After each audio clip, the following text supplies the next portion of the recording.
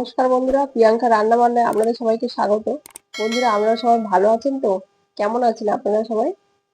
বন্ধুরা, আজকে আমি আপনাদের বানিয়ে দেখাবো কত সহজে, কত কম খরচে বাড়িতে ভ্যানিলা আইসক্রিম তৈরি করা যায়। বন্ধুরা, এই গরমের মধ্যে এভাবে বাড়িতে ভ্যানিলা আইসক্রিম তৈরি করে বাচ্চাদেরকে দেবেন, বাচ্চারা খুব খুশি হবে। আসুন বন্ধুরা, দেখে নিন এই ভ্যানিলা আইসক্রিম কিভাবে বানাবো। বন্ধুরা, পুরো ভিডিওটি পর্যন্ত শেষ পর্যন্ত দেখে চ্যানেলটা সাবস্ক্রাইব করে পাশে থাকবেন। আসুন বন্ধুরা, দেখে নিই এই ভ্যানিলা আইসক্রিম কিভাবে বানাবো। বন্ধুরা, আইসক্রিম বানানোর জন্য এখানে আমি 500 দুধ নিয়েছি। আমুলের 500 দুধ, লিকুইড দুধ নিয়েছি। প্যাকেটটা কেটে পুরো দুধটা আমি কড়ার মধ্যে দিয়ে দিলাম। কিছুক্ষণ এভাবে নাড়াচাড়া করে জাল করে নেব। কিছুক্ষণ পরে দুধটা যখন পুরোপুরি গরম হয়ে যাবে, তখন এখান থেকে কিছুটা দুধ বাটির মধ্যে তুলে নেব। বাটির মধ্যে তুলে সাইডে রেখে দেব। যে দুধটা তুলে নিয়েছিলাম তার মধ্যে দিয়ে দেব মিল্ক পাউডার। আমুলের গুঁড়ো দুধ এখানে দিয়ে দিলাম, 3 চামচ দিয়ে দিলাম আমুলের গুঁড়ো দুধ। দিয়ে খুব ভালো করে মিশিয়ে নেব। খুব ভালো করে মিশিয়ে নিয়েছি। এখন নিয়েছি কর্নফ্লাওয়ার। এখানে আমি 2 চামচ কর্নফ্লাওয়ার দিয়ে দিচ্ছি।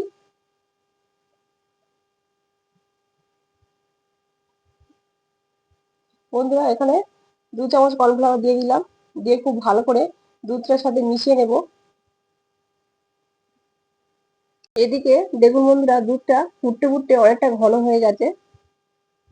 এভাবে খুব ভালো করে নাড়াচাড়া করে নেব। যে দুধটা বাটির মধ্যে গুলে রেখেছিলাম, এখন সেই লিকুইড দুধটা দিয়ে দেবো এর মধ্যে। যেহেতু এখানে কর্নফ্লাওয়ার আছে, তাই তলায় লেগে যাওয়ার সম্ভাবনা থাকে। এভাবে খুব ভালো করে নাড়াচাড়া করে নেব।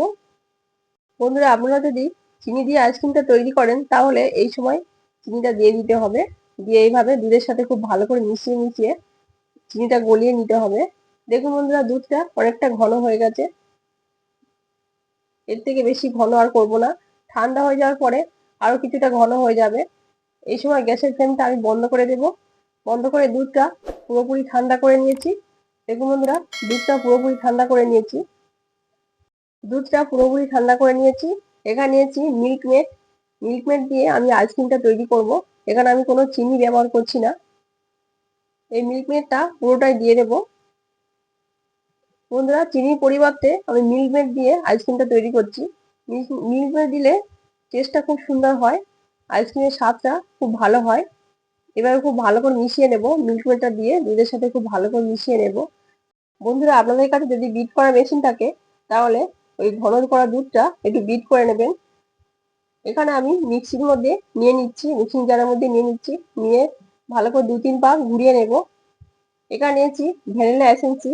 যেহেতু ভ্যানিলা আইসক্রিম বানাচ্ছি, তাই এখানে 1 ঢাকা ভ্যানিলা এসেন্সি ওই ঘন করা দুধটার মধ্যে দিয়ে দেব। ভ্যানিলা এসেন্সি দিয়ে খুব ভালো করে মিশিয়ে নিয়েছি। এখন মিক্সিং জারের মুখটা ঢেকে 2-3 পাক ঘুরিয়ে নিয়েছি। দেখুন বন্ধুরা, 2-3 পাক ঘুরে নিয়ে ফিরে এলাম। আপনাদের কাছে বিট করা মেশিন থাকলে খুব ভালোভাবে বিট করে নেবেন। এখন এখান থেকে কিছুটা ঘন করা দুধ তুলে নিচ্ছি একটা বাটির মধ্যে। বাটির মধ্যে যে দুধটা তুলে নিয়েছিলাম তার মধ্যে দিয়ে দেবো অরেঞ্জ ফুড কালার।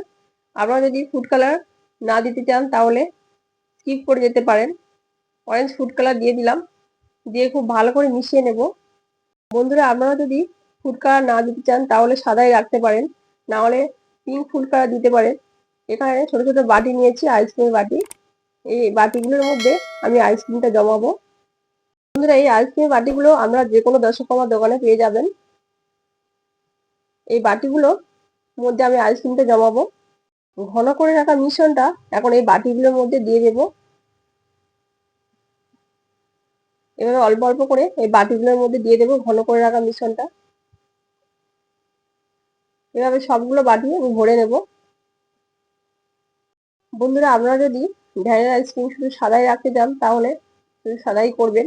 না হলে ওরকম ফুড কালার, যে কোনো ফুড কালার দিয়ে আমরা কালার করে নিতে পারেন। এখানে আমি অরেঞ্জ ফুড কালার দিয়ে একটু কালার করে নিয়েছি। আমরা যদি কালার করতে না চান, তাহলে সাদাই রাখবেন।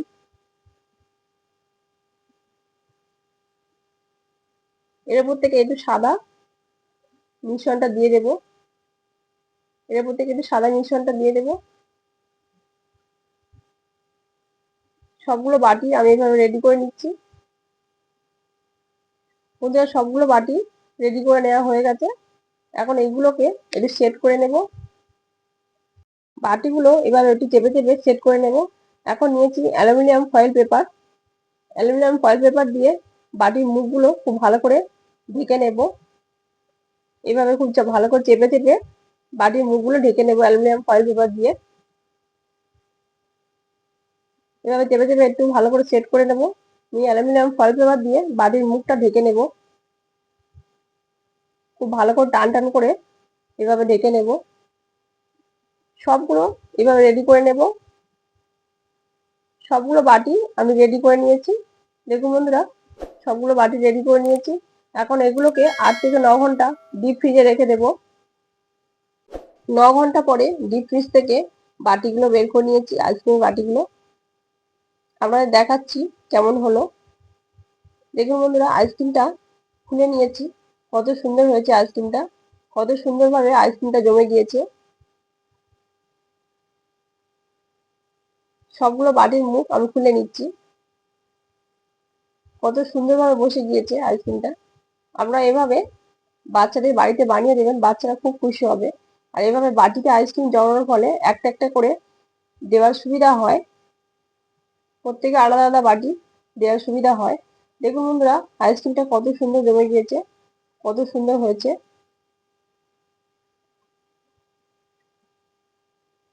আইসক্রিমটা কেমন হলো আপনাদের দেখাচ্ছি।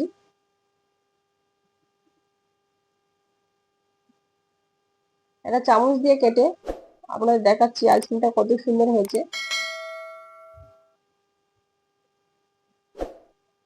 দেখুন বন্ধুরা, আইসক্রিমটা কত সুন্দর পারফেক্ট ভ্যানিলা আইসক্রিমের মতো হয়েছে। আপনারা এইভাবে বাড়িতে অবশ্যই ট্রাই করে দেখবেন। বাচ্চা থেকে বড় সবাই খুব খুশি হবে। বন্ধুরা, এই ভ্যানিলা আইসক্রিম কেমন লাগলো কমেন্ট করে আমাকে অবশ্যই জানাবেন। আর এরকম নতুন নতুন রেসিপি পেতে চ্যানেলটা সাবস্ক্রাইব করে পাশে থাকবেন। আবার হাজির হব নতুন কোনো রেসিপি নিয়ে। আপনারা সবাই ভালো থাকবেন। ধন্যবাদ।